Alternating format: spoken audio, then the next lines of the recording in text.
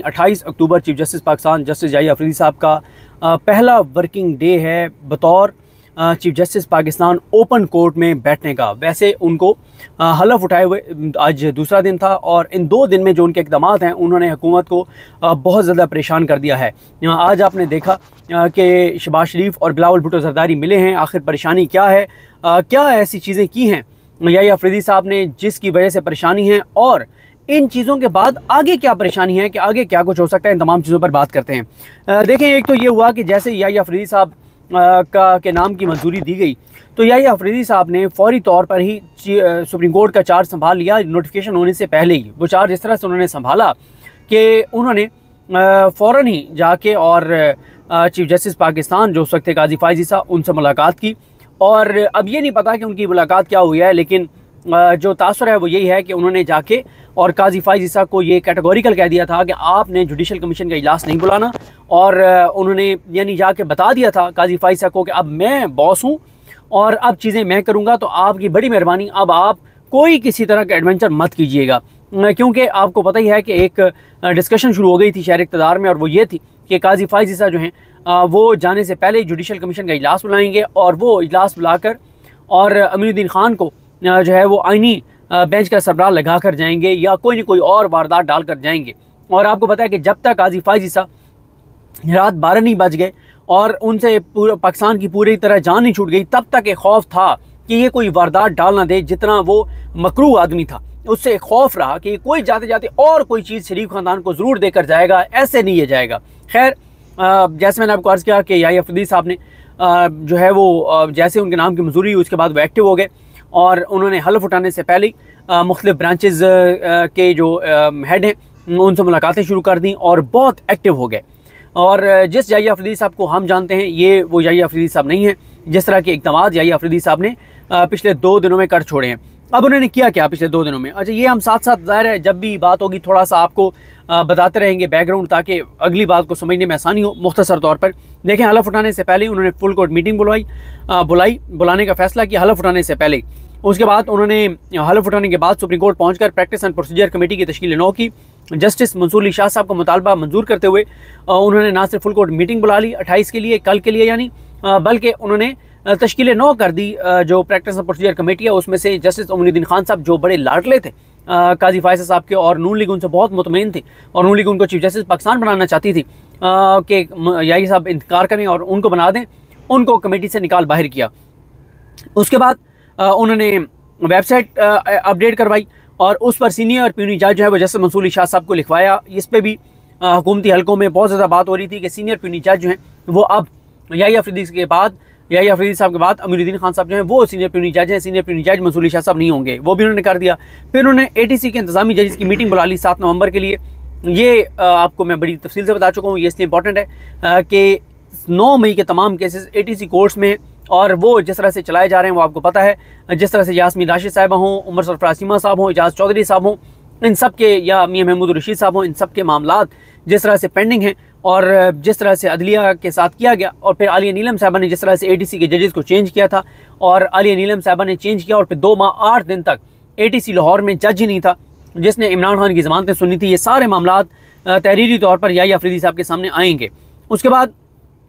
8 नवंबर को उन्होंने supreme judicial council का इजलास बुला लिया। इस पर हसनात मलिक साहब, मतुल्लाह जान साहब, वसीम मलिक साहब, मरीम नवाज खान साहब बहुत बात कर चुके हैं, लेकिन इस पर बात करेंगे कि कौन सी अहम चीज़ें जो हैं वो सुप्रीम जुडिशल कौंसिल के सामने हैं और क्या हो सकता है। उसके बाद उन्होंने तमाम कोर्ट्स की लाइव स्ट्रीमिंग के हवाले से इक़दामात का हुक्म दिया और फिर उन्होंने तमाम बेंचेस जो हैं वो मुनीब अख्तर साहब की मुशावरे से बनाए। उन्होंने मंसूर अली शाह साहब को ऑन बोर्ड रखा और फिर हुकूमत के लिए जो परेशान कुन चीज़ें हैं वो क्या अब तक हो चुकी हैं ये जो बताई हैं ये भी परेशान कुन है। ख़ास तौर पर हुकूमत के तन बदन में आग लग गई कि मंसूर अली शाह और मुनीब अख्तर साहब की जो गेम में पूरी तरह से वापसी हुई है और उनको जिस तरह से रिस्पेक्ट दे रहे हैं मुनीब अख्तर याहिया अफरीदी साहब, ये हुकूमत के लिए परेशानी थी। जिन दो को वो जुडिशल कमीशन से निकालना चाहते थे, वो सुप्रीम जुडिशल कमीशन से, सुप्रीम जुडिशल कौंसिल से, इन फोरम से निकालना चाहते थे, सीनियर प्यूनियन जज नहीं रखना चाहते थे। हर जगह पे वही मंसूर अली शाह साहब आ चुके हैं और फिर हुकूमत के लिए ये भी एक परेशान कुन था कि याहिया अफरीदी साहब जो हैं उनकी तकरीब बरदारी में तमाम जजेस है बशमूल मुनीब अख्तर साहब। फिर हुकूमत के लिए ये भी परेशान कुन था कि मुनीब अख्तर साहब और मंसूर अली शाह साहब ने इस्तीफ़ा नहीं दिया, और उनके लिए ये भी परेशान कुन था कि याहिया अफरीदी साहब जो हैं उन्होंने जो है वो इनकार नहीं किया, और उन्होंने चीफ जस्टिस बनने की ये जो उनको नामजद किया गया था उन्होंने इसको एक्सेप्ट किया। उसके बाद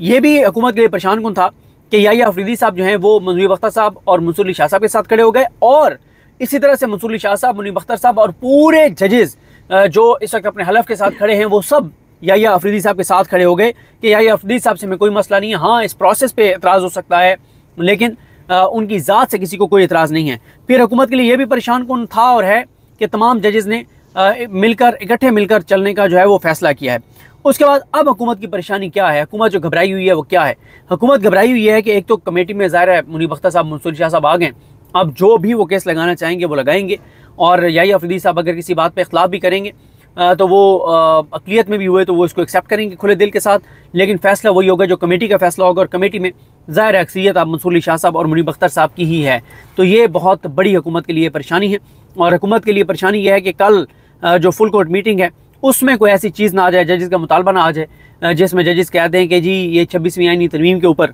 जो है हमें ये करना चाहिए, या जिस तरह से हुकूमत के जो इक़दामात हैं चीज़ें इसके ऊपर ना आ जाए, अदलिया की बेतौकीरी पे ना आ जाए, अदलिया के फैसलों को जो बेवकूफ़ किया जा रहा है उस पर ना आ जाए, जिस तरह से 13 रुकनी बेंच का फैसला था और उसको इलेक्शन कमीशन ने इम्प्लीमेंट नहीं किया वो ना आ जाए। तो फिर हुकूमत को ये भी परेशानी है कि कल जो फुल कोर्ट मीटिंग है उससे पहले इलेक्शन कमीशन जो है वो दबाव में आकर और मखसूस नशिस्तें ना तहरीक इंसाफ को दे दे, सुप्रीम कोर्ट के फैसले में अमल दरामद ना कर दे, तो ये परेशानी है हुकूमत को। और इनको परेशानी ये भी है कि पता नहीं और क्या कुछ आ जाएगा इस फुल कोर्ट मीटिंग में, कहीं ऐसा ना हो कि काजी फाइज ईसा ग्रुप के जो जज हैं 3-4 जो जिनसे नून लीग की बड़ी तवक्कुआत हैं वो सरेंडर ना कर दें और वो अपने इदारे के साथ चलने का फैसला ना सुना दें, वो याहिया अफरीदी साहब के साथ चलने के लिए रजामंद ना हो जाएं, और जजेस जो हैं वो अपने हलफ के साथ वफा करना शुरू कर दें, अपने हलफ के साथ चलना शुरू कर दें, अपने हलफ पे अमल दरामद करना शुरू कर दें। ये नून लीग को बहुत परेशानी है। आपको पता ही है कि जो भी जज अपने हलफ के साथ चलेगा तो नून लीग को तो वो सूट नहीं करता, क्योंकि वो अपने हलफ के मुताबिक फ़ैसला करेगा, तो वो फ़ैसला पाकिस्तान और आईन पाकिस्तान और अवाम पाकिस्तान के हक़ में होगा, और जो फ़ैसला भी अवाम पाकिस्तान आईन पाकिस्तान के हक़ में होगा वो डेफिनेटली हुकूमत वक्त के ख़िलाफ़ ही जाएगा। उसके बाद हुकूमत को एक ये भी परेशानी है कि अब आईनी बेंच की तश्कील में क्या करें। याहिया साहब को बनाते हैं तो भी मरते हैं, नहीं मारते बनाते तो भी मरते हैं। ये ना हो कि हम याहिया अफरीदी साहब को सजेस्ट करें तो याहिया अफरीदी साहब जो हैं वो आगे अगले नाम कॉन्स्टिट्यूशनल बेंच के लिए जो 2 जज हैं वो मंसूर अली शाह साहब और याहिया अफरीदी साहब, मंसूर अली शाह साहब और मुनीब अख्तर साहब का ना कह दें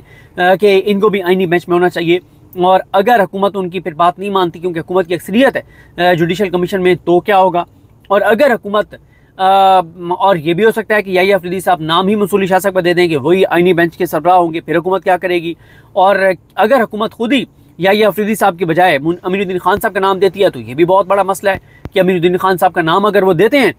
तो पहले शुरू से ही वो फड्डा ले लेंगे याहिया अफरीदी साहब के साथ, तो ये बहुत बड़ी परेशानी है।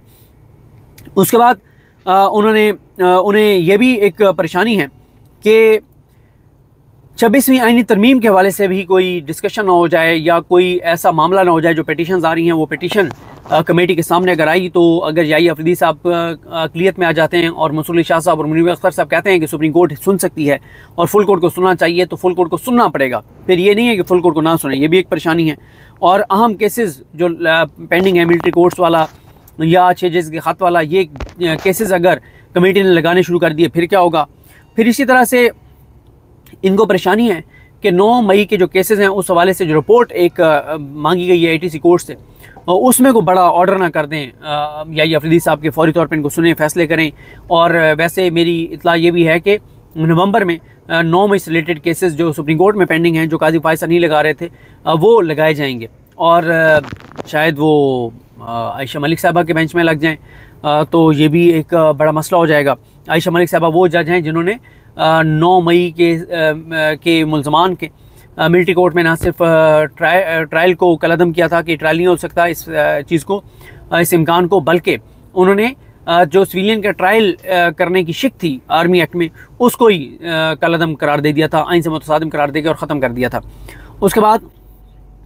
फिर देखें ना, हुकूमत अब ये जो बात करिए प्रैक्टिस एंड प्रोसीजर में तब्दीली की कि 2 जज और ऐड कर देंगे, जमाल खान मदुखैत साहब और अमीरुद्दीन खान तो इस पर ना कल कोई चीज़ आ जाए सुप्रीम ये अपना फुल कोर्ट मीटिंग में कि ये जनाब आप तरह तरह की और बातें कर रहे हैं, तो बहुत ज़्यादा परेशानी है। इस वजह से बिलावल और शहबाज शरीफ मिले हैं और इनको समझ नहीं आ रही कि क्या करें, होगा क्या, किस तरफ चीज़ें जा रही हैं। सरप्राइजेज़ इनको मिले हैं या अफरीदी साहब की जानिब से। अब आप देखें ना कि जब से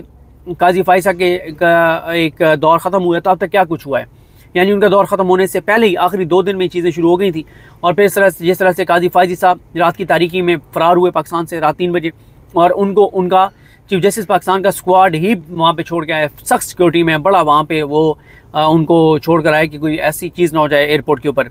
लोग कोई सवाल ना कर लें जैसे वहाँ पे बेकरी में हुए थे। फिर नवाज शरीफ जो है वो आपको पता है कि जिस दिन काजी फाइसा का रेफरेंस था 10:30 बजे रेफरेंस था, और उस 10:30 जुम्मे वाले दिन 25 अक्टूबर को, उससे पहले नवाज शरीफ जो है वो पाकिस्तान से फ़रार हो गए थे। फिर बुशरा बीबी रिहा हुई तो उनको किसी और केस में गिरफ्तार नहीं किया जा सका। उज़मा खान साहबा और अलीमा खान साहबा ये रिहा हो चुकी हैं। फिर एजाज खान साहब का जो सख्त ऑर्डर था, क्योंकि हाई कोर्ट्स अब इंडिपेंडेंटली बिहेव करेंगी और सख्त इकदाम करेंगी, तो उस पर सरेंडर करना पड़ा। इमरान खान साहब को उनके वकला से मिलवाना पड़ा। डियालस में मुलाकातों पे पाबंदी का अब उसको कंटिन्यू नहीं किया, वो ख़त्म हो गई हैं। अब इमरान खान साहब के अपने वकला से भी मुलाकातें होंगी, पॉलिटिकल लीडर से भी मुलाकातें होंगी, और कल से वहाँ केसेस भी हैं, ये सारी चीज़ें होंगी। अच्छा, फिर से तोशाखाना की जो मेन अपील है कि उसको सज़ा को कलअदम करके और इमरान खान को और बुशरा बीबी को बरी किया जाए, वो अपीलें भी समाअत के लिए मुकर्रर हो गई हैं। और इस तरह से ये अब चीज़ें हैं, और लगता यह है कि अब हुकूमत बहुत ज़्यादा परेशान है। इनको परेशानी यही है कि सबसे बड़ी इनको परेशानी यही है कि 26वीं आईनी तरमीम कोई उड़ाना दिया जाए। 26वीं आईनी तरमीम उड़ती है तो या अफरीदी साहब चीफ जस्टिस पाकिस्तान नहीं रहेंगे, मंसूर अली शाह साहब चीफ जस्टिस पाकिस्तान बन जाएंगे, और जुडिशल कमीशन में जो इन्होंने खिलवाड़ किया ये भी ख़त्म हो जाएगा, और बहुत ही ज़्यादा इनको परेशानी है। और ख़ास तौर पे जब से मंसूर अली शाह साहब और मुनीब अख्तर साहब की खेल में वापसी हुई है तो इनके तन बदन में आग लग गई है, और इनको बहुत ही ज़्यादा परेशानी है। बहुत सख्त और ज़बरदस्त इक़दाम अब तक की हैं या अफरीदी साहब ने, उस पर भी इनको परेशानी है, और इसीलिए बिलावल और शहबाज शरीफ मिले हैं। अब ये नई कौन सी वारदात डालेंगे और उसका रिएक्शन क्या आएगा दिल्ली से, वो देख रहा होगा। अभी तक तो इनकी खुशियाँ जो हैं वो गारत हो चुकी हैं। देखते हैं चीज़ें कैसे आगे बढ़ती हैं। मुझे अपनी दुआ में याद रखें। अल्लाह करीम हम सब का हामी नासर। अल्लाह हाफ़िज़।